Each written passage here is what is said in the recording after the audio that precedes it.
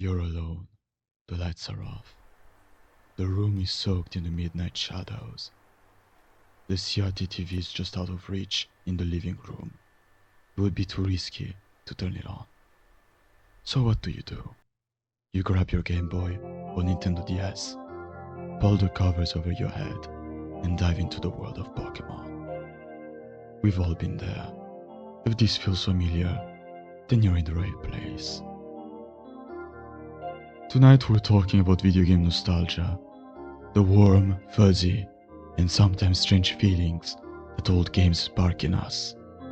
So get comfy, because we're about to travel back to an era that feels so eerily far away, and yet somehow, it still feels as if it were right under our skin. Let's talk about one of the most important games ever made, Mario 64.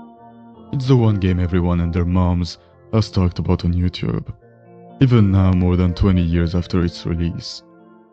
It's one of the most influential games of all time, but my own memories of it are a bit different than most people's. For context, it was the early 2000s, the internet was still a rare treat, and we had to rely on our own imagination for most things.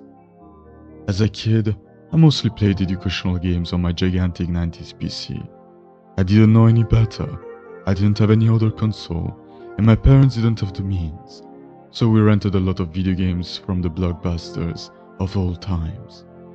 Then, one day in 2004, pretty randomly, my father learned about Amazon, a real revolution at the time. Being able to buy things without leaving home just by browsing the internet, what kind of sorcery was this? So my father decided to buy a copy of Mario 64 DS for me and my brother to enjoy, and to play on our Nintendo DS, back when we had to share just one. We had to wait an entire month for it to be delivered, and when it finally arrived, it was in Japanese. My father was so inexperienced he must have bought it from the Japanese Amazon, so we actually got the game way before everyone else in Europe. Even though it's not the rarest or most valuable item in my game collection, it's the one I remember most fondly. I couldn't understand anything the characters were saying. I was 5 years old. I could read, but with all of those kanji and katakana, I was completely lost. It felt creepy at first, like a secret language I wasn't meant to understand, like I was being denied the knowledge to make sense of it.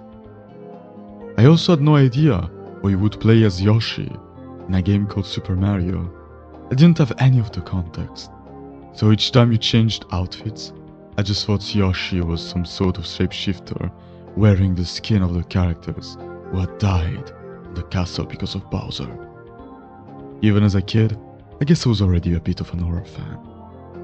But in my defense, the music, Bowser's voice, and some of the unintentionally scary elements are exactly what gave Mario 64 its slightly unsettling vibe. These days, Mario 64 DS gets a lot of criticism for different reasons, but back then, it felt incredible to play a game like that on the go.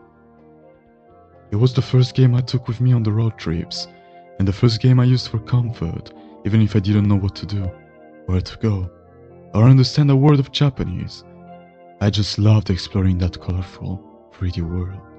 And yes, committing war crimes, like dropping the penguin into the infinite void. Let's be honest, everyone's done it. But yet, we still do them.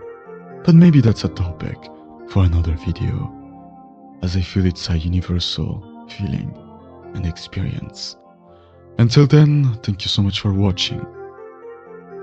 Share your weirdest childhood headcanons in the comments, or nostalgia games. I'd love to hear about them. Have a good night, and see you on the other side of the TV, where the static speaks my name.